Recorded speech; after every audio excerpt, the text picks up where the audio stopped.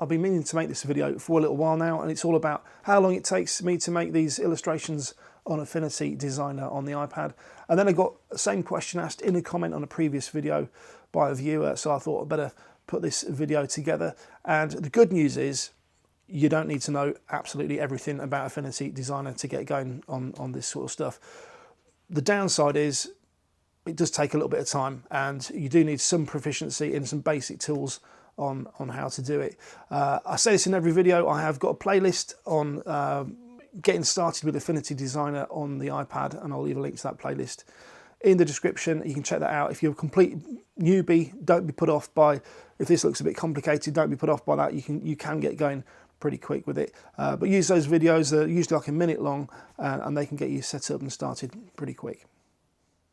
The bad news, if you can call it that, is these do take me, with 2 years experience on Affinity Designer, about 10 or 12 hours to put together, which might put some people off, but there are a lot of layers, there's a lot of detail, a lot of decisions to make on colour and selections. So, and that's what eats the time up, unfortunately. You're not going to create anything of any substance in 1 hour. You're just not. I don't use any AI, it's all done by hand, so that's where the time goes.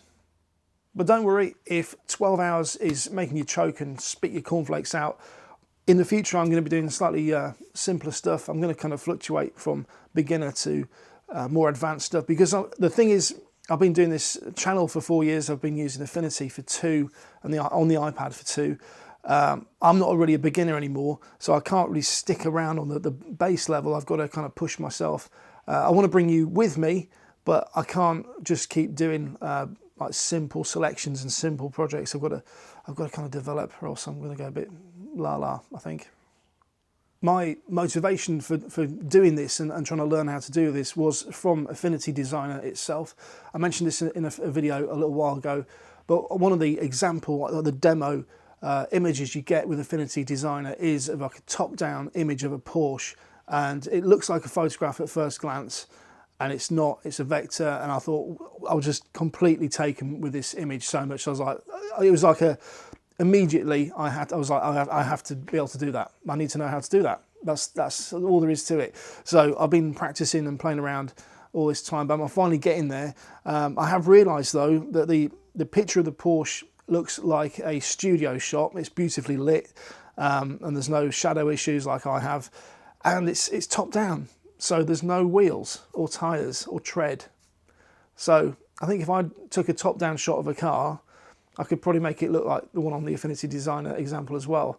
So I feel a bit, I've held it in high regard, this image, and then realised that what I do is actually more complicated than one in the demo.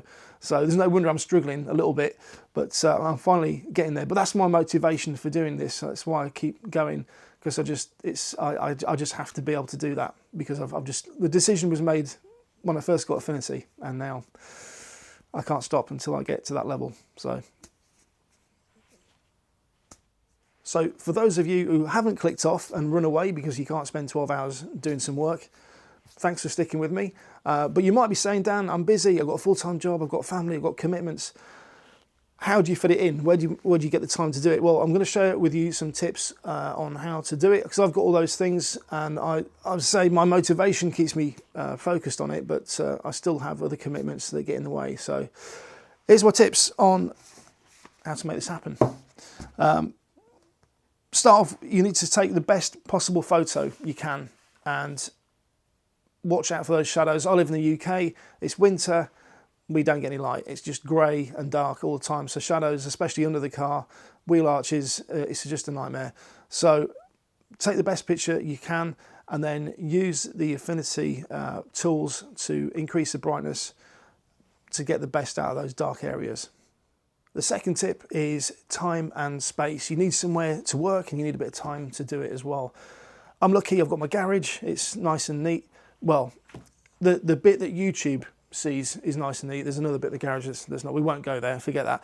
But I've got my bench, I've got my chair, I've got some, listen. It's dead quiet. It's great. It's perfect. It is a bit cold down here. I'm always, even in the spring, I'm still wearing a hat because it is really cold. I've got space in the house. I've got a clear off the kitchen table. When everyone's gone to bed, I can just stick an hour in. I'll get some headphones on, make a drink, and get some work done.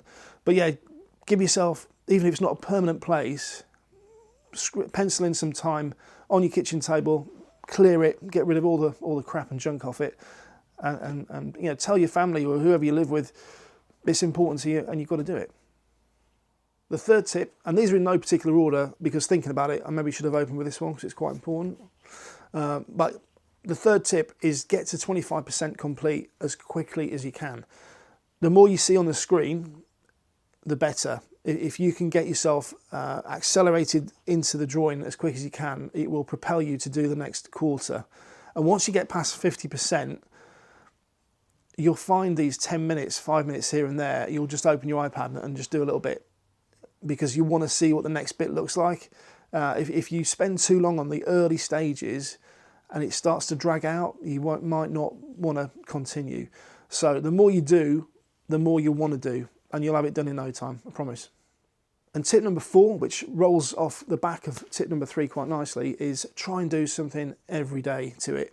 Even if it's 5 minutes, just if you've got 5 minutes somewhere in your day, just open your iPad and do something, make a selection, fill a colour, do something, because it keeps it in the front of your mind and it'll keep that momentum going, and you'll have it done in no time if you keep chipping away at it. If you leave it like 5 days or a week, it's harder to pick up, it's hard to get back into where you left off. So try and do just a few minutes a day. The days I'm working, I'll probably do 20 minutes, half an hour. I'll include some, I'll probably do that next actually. I'll show you some video I've got of me doing that, fitting it in with my life. On my down days, I'll probably get an hour a day in, or if I really want to get it finished, I'll do a lot more than that. But yeah, work on it every day. I'll show you what I do, how I fit it around my life now. So I've just finished my 12-hour night shift. I'm going to shoot home, get some breakfast. Luckily, I only live around the corner. And then we're going to get into the garage and get stuck into that Porsche 924. And then I'm going to go to bed. Oh, and the car is left-hand drive. It's not a mirrored video. It really is a left-hander, which is a bit unusual for the UK. I will be doing a video on it.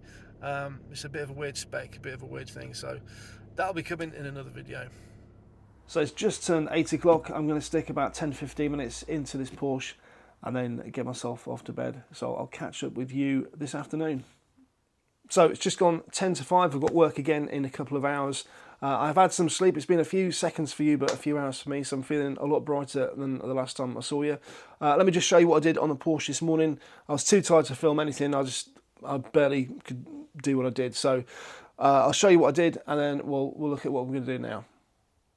The area that stood out to me the most was the front wheel. As you've seen in the previous video, I've got the rear wheel up to a reasonable standard, but the front wheel was just a disc. So put in some block shapes, nice and simple. Didn't spend loads of time on it, but it's moved it on, and it's ready for another session on that. And I think now what I'm going to do is carry on with the roof rack, because that's lacking a lot of detail. So I need to start bringing that in. So we'll do that now and see what we can get done in the next sort of 20 minutes or so.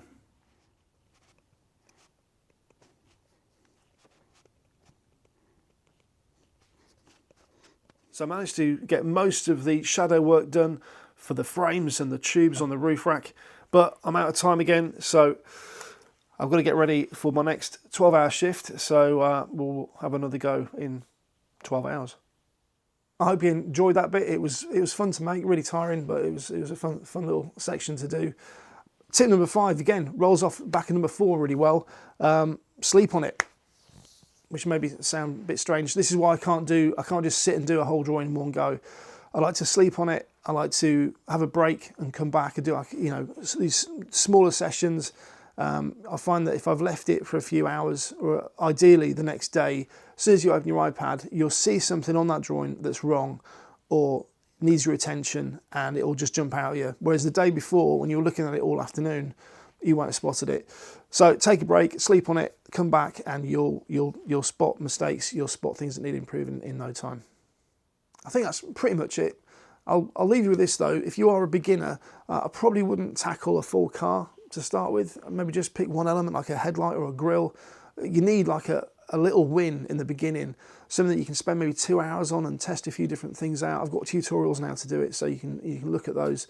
they'll help you a lot. I think, I wish I had those kind of tutorials when I started this. You need something that's going to get you to a level where you've got the confidence to tackle a bigger thing, and then you do the bigger thing and that works, and then you're really rolling. And if you really want to get good at this, you just focus on it and maybe drop something else out of your life. Don't watch an extra hour of Netflix. Do this instead. It's really easy. You can find the time if you really want to do it. Because of YouTube and because of doing this channel and this art, a lot of my spare time is used doing this, and now I can't wait to see what I'll be doing in a year's time.